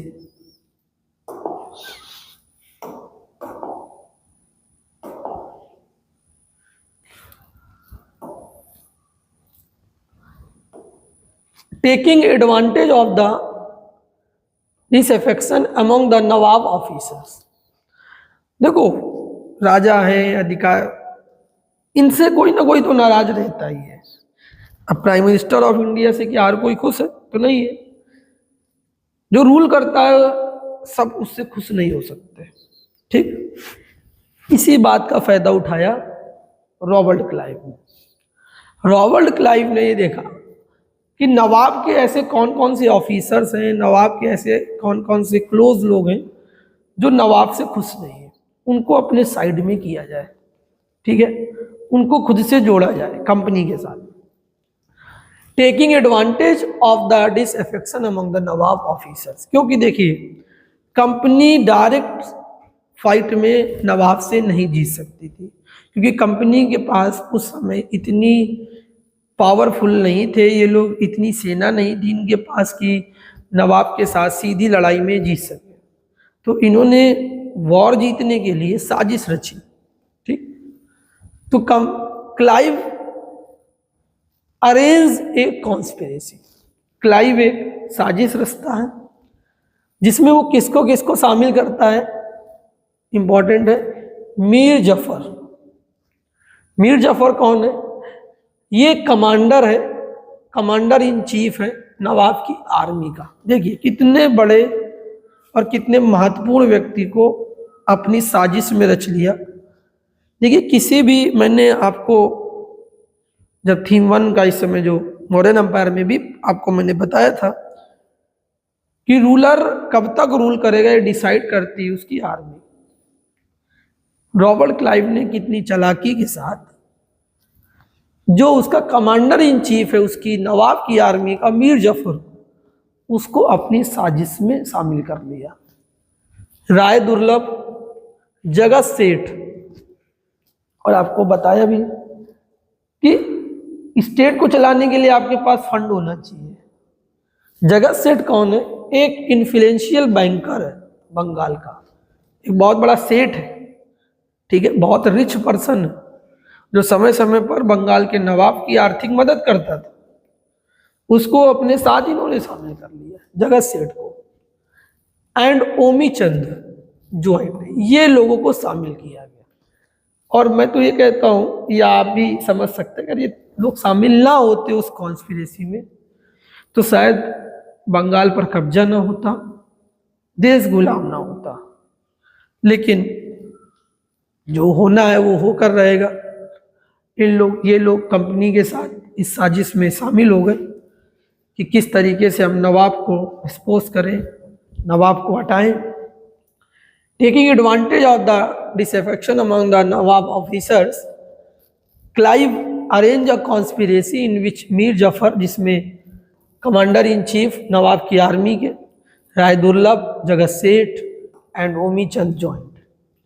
It was planned, क्या प्लान बनाया गया? It was plan to make Mir Jafar to the Nawab. ये प्लान, इस साजिश के तहत ये तय किया गया कि हम मीर जफर को बंगाल का नवाब बनाएंगे। Who in turn was to reward the service of the company, company की मदद करने के इनाम में जब सिराजुद्दौला को हटा दिया जाएगा तो आपको बैठाला जाएगा राजगद्दी पर। देखो मैंने अभी बताया था कि ब्रिटिशर्स को एक पपेट चाहिए, एक कठपुतली चाहिए जो उनके इशारे पर फैसले ले, और सिराजुद्दौला पपेट रूलर नहीं है, वो बंगाल के इंटरेस्ट पर काम कर रहा है, ठीक है। और ये बात कंपनी को अच्छी नहीं लग रही। एंड पे कंपनसेशन, ठीक, ये सब डिसाइड हुआ। अब देखते हैं बैटल फील्ड ऑफ प्लासी। देखिए अब हम वॉर की बात करेंगे कि प्लासी के युद्ध में क्या हुआ, बैटल फील्ड ऑफ प्लासी, ठीक। अब आप देखिए ऑन 23 जून 1757, ठीक है, 1757 23 जून को द राइवल फोर्सेस, दोनों सेनाएं फेस्ड ईच अदर, एक दूसरे के सामने आई, ठीक, युद्ध के मैदान में, ऑन द बैटल फील्ड। और युद्ध का मैदान क्या था? बैटल फील्ड ऑफ प्लासी, ठीक है। प्लासी के युद्ध के मैदान में दोनों सेनाएं, उधर की ईस्ट इंडिया कंपनी की ब्रिटिश फोर्स रॉबर्ट क्लाइव के लीडरशिप में, और इधर बंगाल के नवाब की सेना सिराजुद्दौला के नेतृत्व में, साउथ ऑफ मुर्शिदाबाद। और ये बैटल फील्ड कहाँ है? मुर्शिदाबाद के साउथ में पड़ता है ये बैटल फील्ड प्लासी, वहाँ पर ये लोग आए सामने। अगर बात करें सर उस समय किस तरह की इंग्लिश फोर्स थी, कितनी सेना थी, तो देखिए द इंग्लिश आर्मी, जो इंग्लिश आर्मी थी, कंसिस्टेड ऑफ 950 यूरोपियन इन्फेंट्री। इनके पास जो पैदल सैनिक थे वो लगभग 950 के करीब थे। कितनी कम सेना, आप देखिए only 950 European infantry, 100 European artillery, इनके पास 100 आर्टिलरी है, 50 इंग्लिश सेलर्स है, 50 समुद्री यात्री हैं, मतलब वो उनको भी लिवाला है, कम पड़ रहे थे, बोले आप भी चलो। और करीब 2100 इंडियन सी पॉइजन, करीब 2100 भारत के जो लोग थे जो ब्रिटिश इंग्लिश आर्मी में चले गए थे, उनके आर्मी का हिस्सा थे। 2100 इंडियन सी बॉयज इंग्लिश आर्मी की तरफ से थे।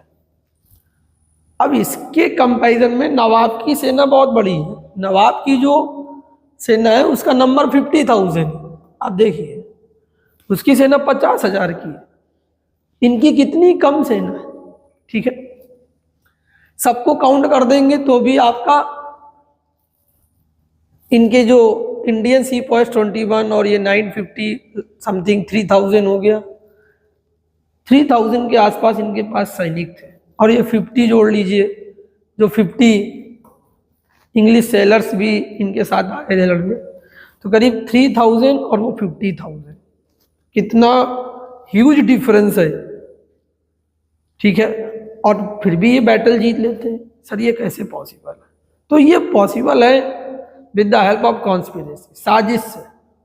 यहाँ पर आपको पता है कि मीर जफर जो नवाब की आर्मी का कमांडर इन चीफ है, वो शामिल हो गया है कंपनी के प्लान में। ठीक, जब आर्मी का commander in chief he army के प्लान में, सॉरी कंपनी के प्लान में है, उनके साजिश में है कि हमें अपने नवाब को हटाना। और आपको पता है जो आर्मी होती है वो किसका कमांड मानती है? अपने सेनापति का। सेना अपने सेनापति के दिशा निर्देशों को ही मानती है, और कमांडर इन चीफ है मीर जफर। ठीक, the battle was hardly more than a skirmish. देखो ये जो बैटल था ये मोर देन एक छोटी सी झड़प थी बस। स्कर्मिश मतलब झड़प। ठीक, इससे ज्यादा ये कुछ नहीं था, क्योंकि युद्ध हुआ ही नहीं था, अब ये मान के चलिए।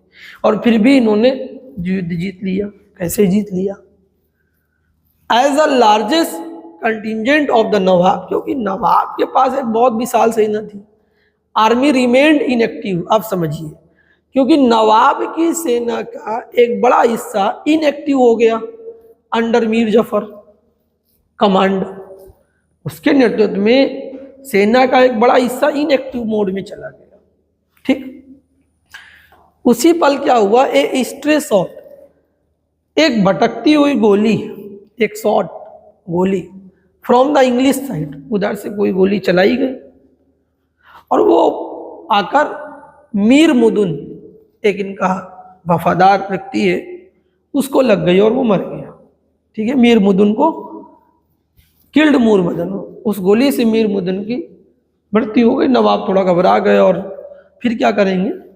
Siraj-ud-Daulah summoned his army officers and sought their advice. Sirajuddaula ने तुरंत मीटिंग बुलवाई कि सभी जो आर्मी के अधिकारी हैं और कमांडर इन चीफ भी तुरंत आए और उनसे सलाह ली। सिराजुद्दौला को नहीं पता है कि कमांडर इन चीफ साजिश में। सिराजुद्दौला ने सबको बुलाया, समन्ड हिज आर्मी ऑफिसर्स, कि आप आइए सभी लोग। समन्ड, सबको बुलाया, एंड साउट देयर एडवाइस, सलाह के लिए। अब मीर जाफर ने देखा इसी बात का उसने फायदा उठाया कि नवाब घबरा गए हैं, तो कमांडर इन चीफ क्या सलाह दे रहा है, क्योंकि उसकी सलाह बहुत इंपॉर्टेंट है। Mir Jafar played upon the fears of the Nawab, बस उसने नवाब के डर का फायदा उठा लिया। ठीक है, Mir Jafar played upon the fears of Nawab and the counselled a withdrawal of the army. Counselled का मतलब इसका एडवाइस, और उसने नवाब को सलाह दी।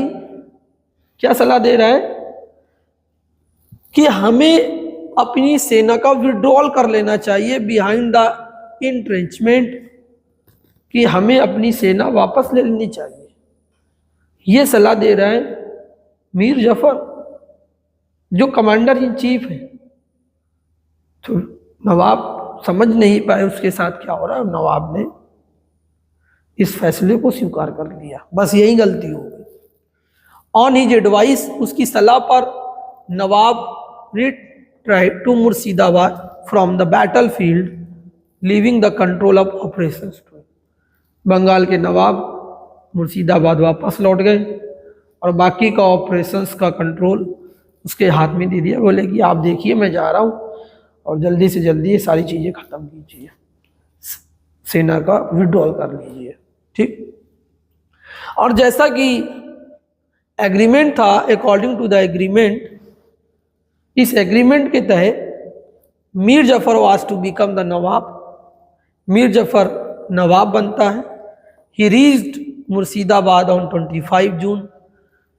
नेक्स्ट डे वो मुर्शिदाबाद पहुंचता है एंड प्रोक्लेम्ड हिमसेल्फ, और अपने आप को घोषित कर देता है नवाब ऑफ बंगाल, कि मैं बंगाल का नवाब हूँ। And Sirajuddaula was captured. Sirajuddaula को पकड़ा जाता है एंड पुट टू डेथ, और उन्हें मृत्यु दे दी जाती है। और इस तरीके से जो आपका कन्क्वेस्ट ऑफ बंगाल वो कंप्लीट हुआ, बंगाल पर कब्जा हुआ। कंपनी का जो चाहती थी कि एक पपेट रूलर, एक पपेट नवाब हो बंगाल में, कंपनी का ये मिशन सक्सेसफुल रहा। अब क्योंकि मीर जफर जो है वो कंपनी के पपेट के रूप में ही काम करेंगे, कठपुतली के रूप में, बाद में वो रिवॉल्ट करेगा। ठीक है। लेकिन अब इस बैटल ऑफ प्लासी का सिग्निफिकेंस क्या है, देखिए। Significance of the battle of Plassey 1757। Battle of Plassey का क्या महत्व है? ठीक। एक तो स्टेटस ऑफ ब्रिटिश, जो ब्रिटिश का स्टेटस था, कंपनी का स्टेटस था, वो बढ़ गया। पहले वो सिर्फ ट्रेडिंग कंपनी थी, लेकिन अब वो एक इंडिया के प्रोविंस को कंट्रोल कर रहे हैं। ठीक है। नवाब जो है बंगाल का बिकम अ पपेट। अब वो बंगाल का जो नवाब है वो एक कठपुतली बन गया है कंपनी के हाथ का। और political supremacy of the Britishers की जो पॉलिटिकल सुप्रीमेसी है वो बढ़ गई है। क्या है? द बैटल ऑफ प्लासी, ये बहुत इंपॉर्टेंट है। The battle of Plassey 1757 mark the beginning of political supremacy of the English East India company. Important है। बैटल ऑफ प्लासी एक पॉलिटिकल सुप्रीमेसी की शुरुआत थी कंपनी की। Political supremacy, beginning of the political supremacy of the English East India company in India. Bharat में इनकी राजनीतिक, आप कह सकते हैं, इनिंग की शुरुआत थी, पॉलिटिकल इनिंग की शुरुआत हो गई थी। अब धीरे धीरे ये पॉलिटिकल जो सिस्टम है उसको कन्क्वेस्ट करना शुरू करेंगे इंडिया का। बिफोर प्लासी क्या सिचुएशन थी, क्या डिफरेंस आ गया प्लासी के बाद? Before Plassey the English company was just one of the European companies, क्योंकि बहुत सारी यूरोपियन कंपनीज भारत से व्यापार करती थी, उसी तरीके से इंग्लिश कंपनी भी एक सिर्फ कंपनी थी बैटल ऑफ प्लासी से पहले जो भारत से व्यापार करती थी। ट्रेडिंग इन बंगाल, जो बंगाल से व्यापार करती थी। बट आफ्टर प्लासी, लेकिन प्लासी के बाद क्या हुआ? प्लासी से पहले और प्लासी के बाद की स्थिति अब बदल गई। But after Plassey the English company virtually monopolise the trade and commerce of Bengal. आप देखिए, monopolise the trade and commerce of Bengal. Monopolise का मतलब एकाधिकार।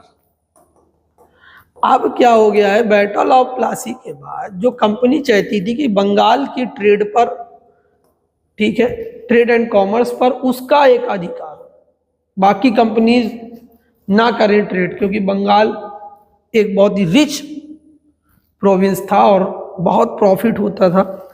तो कंपनी का अब पूरी तरीके से एकाधिकार बंगाल की ट्रेड एंड कॉमर्स पर हो जाएगा। और इस तरीके से आपने देखा कि कन्क्वेस्ट ऑफ बंगाल हो जाएगा, बंगाल पर विजय हो जाएगी। ठीक। तो आपको मैंने ये बताया इस अभी तक के लेक्चर में कि बैटल ऑफ प्लासी का क्या महत्व है। लेकिन अभी जो है ना, अभी बात अधूरी है। ये एक फर्स्ट फेज है बंगाल के कब्जे का। संपूर्ण अधिकार होगा बैटल ऑफ बक्सर के बाद 1764। मैंने फर्स्ट फेज बताया ना, 1757 से 1600 से लेकर 1764 तक ये ट्रेडिंग कंपनी के तौर पर थी। लेकिन एक वॉर जीता है, लेकिन काम अभी अधूरा है। अभी एक युद्ध और होगा, बैटल ऑफ बक्सर। ठीक है, ये पॉइंट भी देख लेंगे उसी के साथ। द कंपनी वाज देख लीजिए, the company was no longer to trade in India. अब सिर्फ कंपनी ना सिर्फ व्यापार कर रही थी, it was to use its control over the nawab of Bengal. अब बैटल ऑफ प्लासी के बाद कंपनी का बंगाल के नवाब पर भी कंट्रोल था, नवाब पर उनका नियंत्रण था। To drain the wealth of the province, और इस तरीके से आपने देखा कि जो उस राज्य की संपत्ति थी, जो उसकी वेल्थ थी, अब वो ड्रेन हो रही है। ड्रेन का मतलब है वो इंग्लैंड जा रही है। ठीक है, उसकी वेल्थ, अब बंगाल की जो वेल्थ है वो ड्रेन होना शुरू हो गई, क्योंकि कंपनी का अधिकार हो गया है। अब कंपनी जब एक युद्ध जीत लेगी कॉन्स्पिरेसी से, उसे इतना प्रॉफिट होगा, तो वो ये अब पूरा सोचेंगे कि वी वांट फुल कंट्रोल, हमें पूरा नियंत्रण चाहिए। फुल कंट्रोल का मतलब ये है कि बंगाल की गवर्नमेंट को जो रेवेन्यू आता था फार्मर्स से, ठीक है, क्योंकि उस समय farming he main source of revenue होता था। कंपनी ये इमेजिनेशन कर रही कि यार हमारी यहाँ पर पूरी तरीके से फुल कंट्रोल हो। ठीक है, सारा रेवेन्यू यदि हमको मिले, हम व्यापार भी करें, रेवेन्यू भी ले लें, तो कितना अच्छा होगा, कितना प्रॉफिट होगा। और फिर ये सोचने लगे कि अगर हम पूरे इंडिया को ही कंट्रोल कर लें और पूरे भारत का जो रेवेन्यू है वो सिर्फ हमको मिले, तो फिर कितनी अच्छी बात होगी। इसी सोच के साथ अब कंपनी जो है ना, अब ट्रेड के साथ साथ अब उसका प्राइमरी गोल बन गया है कि इंडिया को कॉलोनाइज करना है, भारत को गुलाम बनाना है। ये इनका एक प्राइमरी गोल बन गया।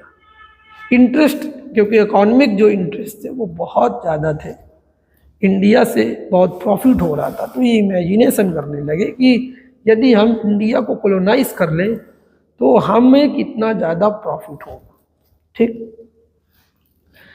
द बैटल ऑफ बक्सर 1764, ये आप समझिए भारत को गुलाम बनाने की दिशा में ये सबसे महत्वपूर्ण युद्ध है, बैटल ऑफ बक्सर। क्योंकि ये एक ऐसा युद्ध होगा कि जिसने न सिर्फ बंगाल, जबकि नॉर्थ इंडिया जो अवध का इलाका है भारत का, ठीक है, नॉर्दर्न इंडिया, उत्तर भारत, वहाँ तक के सारे अधिकार इस युद्ध के बाद कंपनी के हाथ में चले जाएंगे। अब देखिएगा, the battle of Buxar. Battle of Buxar एक सुपीरियर मिलिट्री पावर की जीत का नमूना है, victory of superior military power. इसमें आपको जो इस युद्ध का जो लीड किया था हेक्टर मुनरो ने किया था, ब्रिटिश ऑफिसर हेक्टर मुनरो। ठीक है, बहुत ही मतलब आप कह सकते हैं दुश्मन तो जरूर है, लेकिन क्योंकि बहुत अच्छी तरीके से ये इंग्लिश आर्मी ने वॉर लड़ा था, बैटल ऑफ प्लासी, और बहुत ही शानदार तरीके से आपका ये इन्होंने हराया था। वो भी एक तरफ थ्री पावर्स थी और एक तरफ ये अकेले थे। वो 3 पावर्स में कौन कौन था अभी आपको पता चलेगा। In this battle combined forces of 3 powers. देखो, इस युद्ध में कंपनी एक साइड में है, एक तरफ है, और कंपनी का जो युद्ध होना है वो 3 पावर्स के साथ, उनकी कंबाइंड फोर्स के साथ वॉर होना है, 3 पावर्स के साथ। ठीक है, ठीक, और वो 3 पावर्स है, एक बंगाल की सेना, ठीक है, क्योंकि यहाँ पर मैंने आपको मेन कंटेंट देने की कोशिश की है अंडरस्टैंडिंग के लिए, और डिटेल में एनालिसिस भी हो जाए। तो मीर जफर के बाद कई सारे नवाब बनते हैं, मीर जफ़र पहले शुरुआत में तो कंपनी का पपेट रहता, लेकिन बाद में वो भी रिवॉल्ट करता है कि हम आपके साथ काम नहीं कर पाएंगे, तो उसको भी किसी तरीके से इन्होंने हटाया।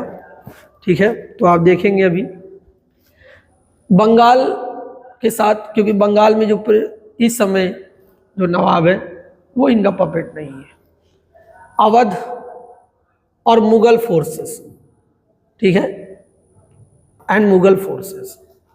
नंबरिंग जो थी, अगर संख्या की बात करें, वो करीब 40 से 60,000 थी इन तीनों की सेना को मिलाकर, मुगल फोर्सेस, बंगाल की फोर्स और अवध की सेना।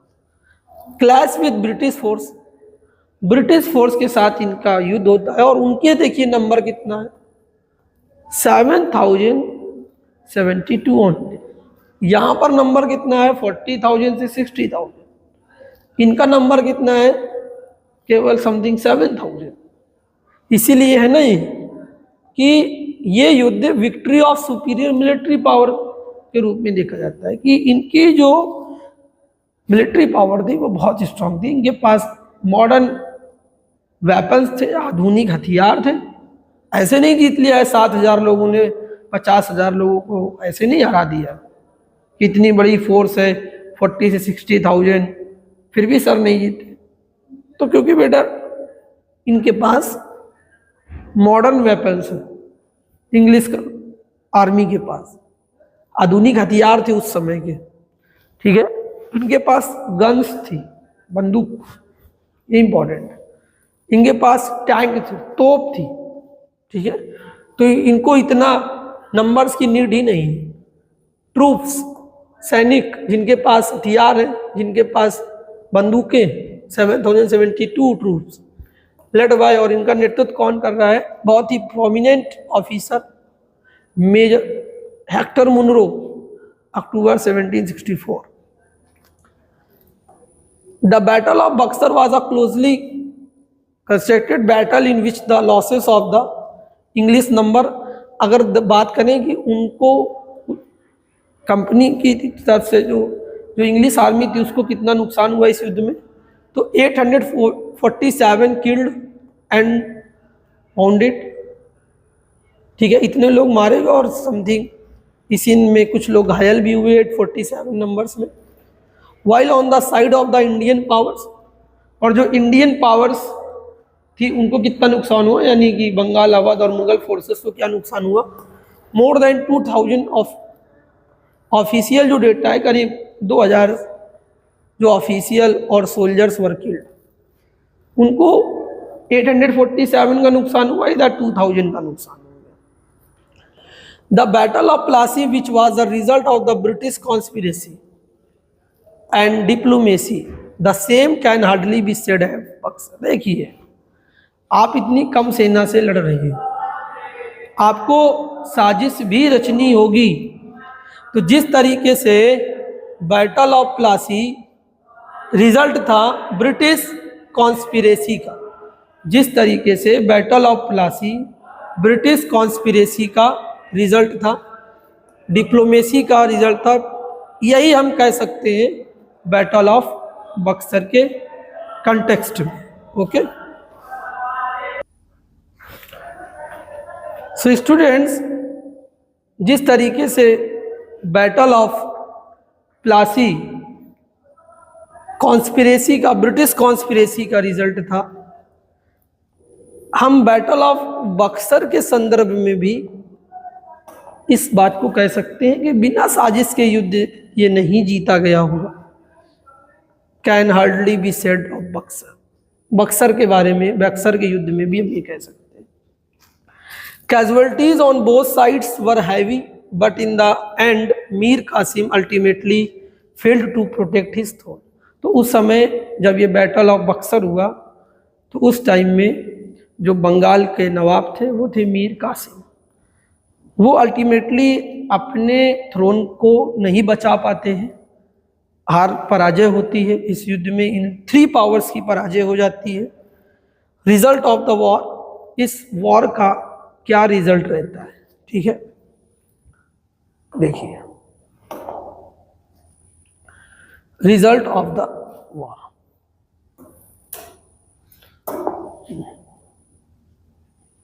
result of the war.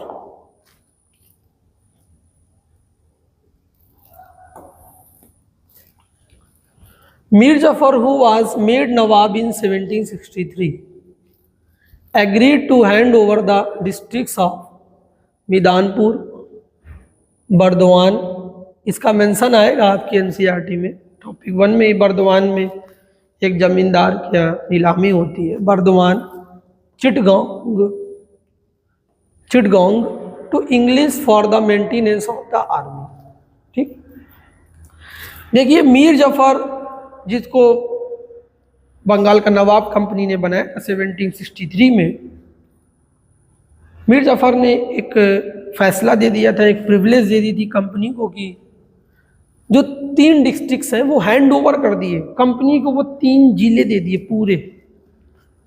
वो 3 डिस्ट्रिक्ट्स कौन थे बंगाल के? मिदानपुर, बर्दवान एंड चिटगोंग। ठीक, टू इंग्लिश क्यों दे दिए? To the maintenance of their army, उनकी सेना का मेंटेनेंस चलता रहे, उनका खर्चा निकलता रहे। ठीक है, हैंड ओवर करने का मतलब ये है कि इन 3 जिलों का जितना भी एग्रीकल्चर से या किसी भी तरीके से जो रेवेन्यू आता था बंगाल की गवर्नमेंट को, अब वो जाएगा कंपनी को। ठीक है, ये किया इन्होंने, मीर जफर ने कर दिया। लेकिन बैटल ऑफ बक्सर का परिणाम ये हुआ, द इंग्लिश वर आल्सो, और साथ ही साथ मीर जफर ने इनको अलाउ किया था permitted duty free trade in Bengal. Duty free trade मतलब इंपोर्ट एक्सपोर्ट पर कुछ भी टैक्स नहीं देना है आपको, कोई भी टैक्स नहीं लगेगा, फ्री ट्रेड। तो आप समझिए कितना ज़्यादा प्रॉफिट हो रहा होगा कंपनी को।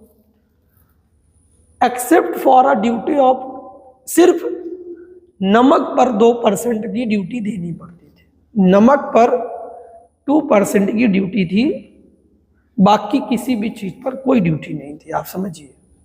ठीक, आफ्टर मैथ ऑफ बैटल। ठीक,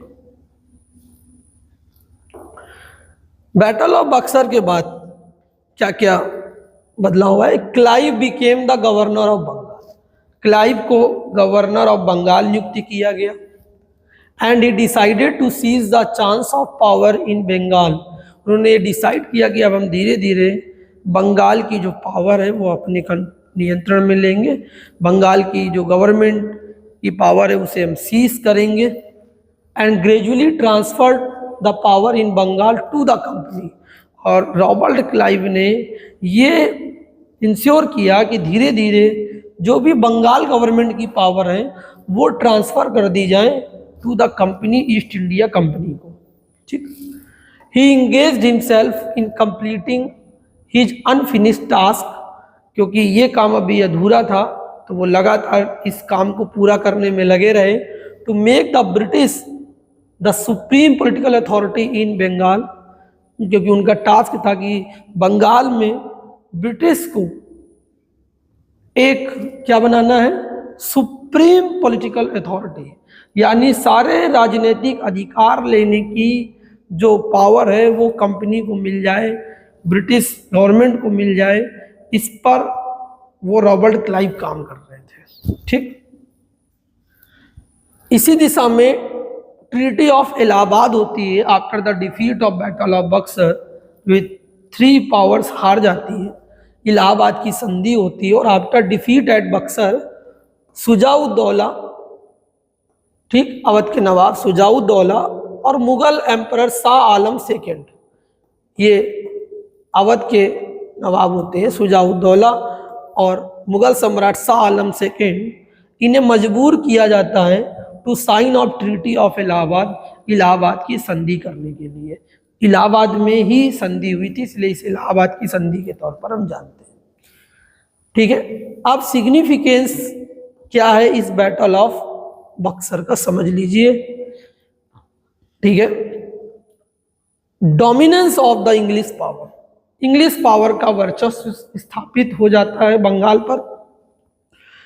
the battle of Plassey made the English a powerful factor in politics of Bengal. देखिए, बैटल ऑफ प्लासी ने अंग्रेजों को एक ताकतवर, एक पावरफुल फैक्टर बना दिया बंगाल की पॉलिटिक्स में, बैटल ऑफ प्लासी ने। लेकिन but the victory of Buxar, लेकिन बक्सर की विजय ने made them a great power of northern India. देखिए, लेकिन बक्सर की विजय ने अंग्रेजों को उत्तर भारत की एक बहुत बड़ी ताकत के रूप में स्थापित कर दिया, नॉर्दर्न इंडिया।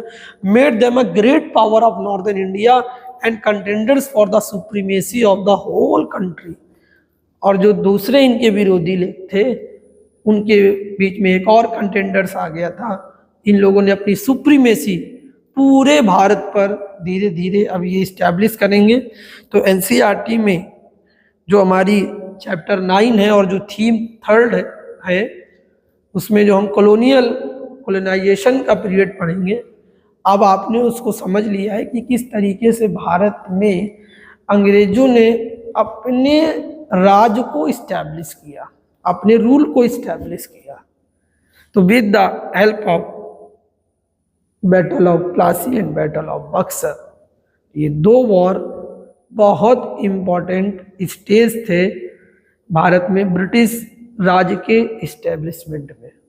ठीक है, बैटल ऑफ प्लासी से उन्होंने बंगाल को कॉन्क्वेस्ट किया, बंगाल पर कब्जा किया, और बैटल ऑफ बक्सर से इन्होंने नॉर्दर्न इंडिया को भी अपने कंट्रोल में ले लिया और नॉर्दर्न इंडिया के उत्तर भारत की एक बहुत बड़ी ताकत के रूप में ये स्थापित हो गया। पूरे इंडिया में इनका कॉन्क्वेस्ट। अब यहाँ से बैटल ऑफ बक्सर के बाद इनका पूरा एक मिशन शुरू हो जाएगा, जो सेकेंड फेज मैंने आपको बताया कि 1764 से 1857 तक कॉन्क्वेस्ट फेज होगा, एनेक्सेशन ऑफ इंडिया, भारत पर कब्जे की, मतलब पूरा एक 100 ईयर्स का समथिंग पीरियड होगा। 1764 से 1857 तक एनेक्सेशन ऑफ इंडिया चलेगा, भारत पर कब्जे की शुरुआत होगी। भारत के अलग अलग हिस्से को, अलग अलग राजाओं को, नवाबों को हराया जाएगा। ठीक है, उसके बाद भारत में ये कब्जा कर लेंगे और उसके बाद रिवॉल्ट होगा 1857 का। तो जो हमारी थीम 3 है एनसीईआरटी क्लास 12 की, और जो चैप्टर 1 है colonization of India and the countryside, ठीक है, उसमें जब अब आपको सारे बेस आपका कंप्लीट हो गया। ठीक है, जिसमें आपने देखा कि किस तरीके से आज के लेक्चर में कि ब्रिटिशर्स ने भारत में किस तरीके से अपने राज को इस्टेब्लिश किया। ठीक है, characteristics of the companies annexation देख लीजिए, लास्ट पॉइंट है। जो सेकेंड फेज था इनका कंपनी के एनेक्सेशन फेज, जिसे हम कहते हैं, जो 1757 से 1857 तक इन्होंने जो एनेक्सेशन किया, कंपनी ने कब्जा किया, वो उन्होंने किस तरीके से, एक तो यूज ऑफ डिप्लोमेसी का प्रयोग करते थे, रणनीति का प्रयोग करते थे। वेरियस पॉलिसीज, ये गलत हो गया, वेरियस पॉलिसीज, ठीक है, वेरियस पॉलिसीज, कई सारी इन्होंने पॉलिसीज लेकर आएंगे। एंड अपॉइंटिंग रेजिडेंट्स, ये क्या है सर? रेजिडेंट्स का मतलब ये है कि ये हर एक इंडिया के रीजन में, एक तरीके से आप कह सकते हैं ये एक ऑब्जर्वर है, रेजिडेंट्स, अधिकारी, इसको ये अपॉइंट करते थे और ये कंपनी को सीधा रिपोर्ट करता था कि इस राज्य में क्या चल रहा है, कौन मेन पर्सनालिटीज हैं, कौन पावरफुल पर्सन है, कौन राजा से नाराज है, हमें कैसे युद्ध लड़ना है, हमें कैसे कॉन्स्पिरेसी रचनी है। ये पूरी, मतलब आप समझिए ये एक ऑब्जर्वर है, अपॉइंट कर दिया कि रिपोर्ट पूरी दो इस राज्य में, क्या इसकी वीकनेस है, क्या इसकी स्ट्रेंथ है, ये सब कुछ बताते थे। अपॉइंट रेजिडेंट्स, यूज और डिप्लोमेसी एंड वेरियस पॉलिसीज, इन सब तरीकों से कंपनी अपने सेकेंड फेज में 1757 से लेकर बैटल ऑफ प्लासी के बाद से लेकर, जैसे बंगाल को कॉन्क्वेस्ट किया ना, एनेक्सेशन किया ना, वहाँ से इनका एनेक्सेशन शुरू हो जाएगा। तो 1757 से लेकर 1857 तक इन्होंने जो भी भारत के राजाओं को, नवाबों को हराया, वो इन्हीं पॉलिसीज की मदद से हराया और इस तरीके से भारत में इनके कॉलोनाइजेशन की प्रोसेस स्टार्ट होगा। ठीक है, तो आज की क्लास को हम लोग अब यहीं पर एंड करते हैं। लेक्चर 2 में अब हम लोग एनसीईआरटी डिस्कस करेंगे और उससे पहले एक और आपके बेस को स्ट्रॉन्ग करने के लिए डिटेल एनालिसिस में हम आपके साथ एक और पीडीएफ को शेयर करेंगे। आपके नोट्स, अपने नोट्स मैं आपके साथ शेयर करूंगा, जिसमें हम कंट्री साइड, क्योंकि इंडिया के कंट्री साइड को आपको पढ़ना है, भारत के देहात के ग्रामीण इलाकों के बारे में पढ़ना है, जमींदारों के बारे में उसमें है आपके चैप्टर में। तो हम ये एक टॉपिक और देखेंगे, उसके बाद एनसीईआरटी डिस्कशन शुरू होगा, और वो होगा भारत में किस तरीके से रेवेन्यू सिस्टम की पॉलिसीज थी जो ब्रिटिशर्स ने इंट्रोड्यूस की थी after the annexation of Bengal and northern India, कि किस तरीके से बंगाल में जिस तरीके से उन्होंने एनेक्सेशन किया और उसके बाद इन्होंने किस तरह की पॉलिसीज़ यहाँ पर लागू की, उस पर ही डिस्कशन होना है। ठीक है, तो वो एक टॉपिक ऐसा है जो जिसको अभी आपको डिटेल में पढ़ना होगा। रेवेन्यू पॉलिसीज़ जो ब्रिटिश कंपनी की थी, ईस्ट इंडिया कंपनी की थी, उसके बाद हम लोग मूव करेंगे एनसीईआरटी में। और फिर आप देखिएगा आपको किसी भी तरह की कोई प्रॉब्लम नहीं आएगी, ये आप बिल्कुल मान के चलिए इस चैप्टर में। ठीक है, फिर आपको किसी भी तरह की कोई प्रॉब्लम नहीं आनी। ठीक है, तो subscribe my YouTube channel social warrior, and content को भी शेयर करें अपने पीयर ग्रुप में। Thank you so much. Okay.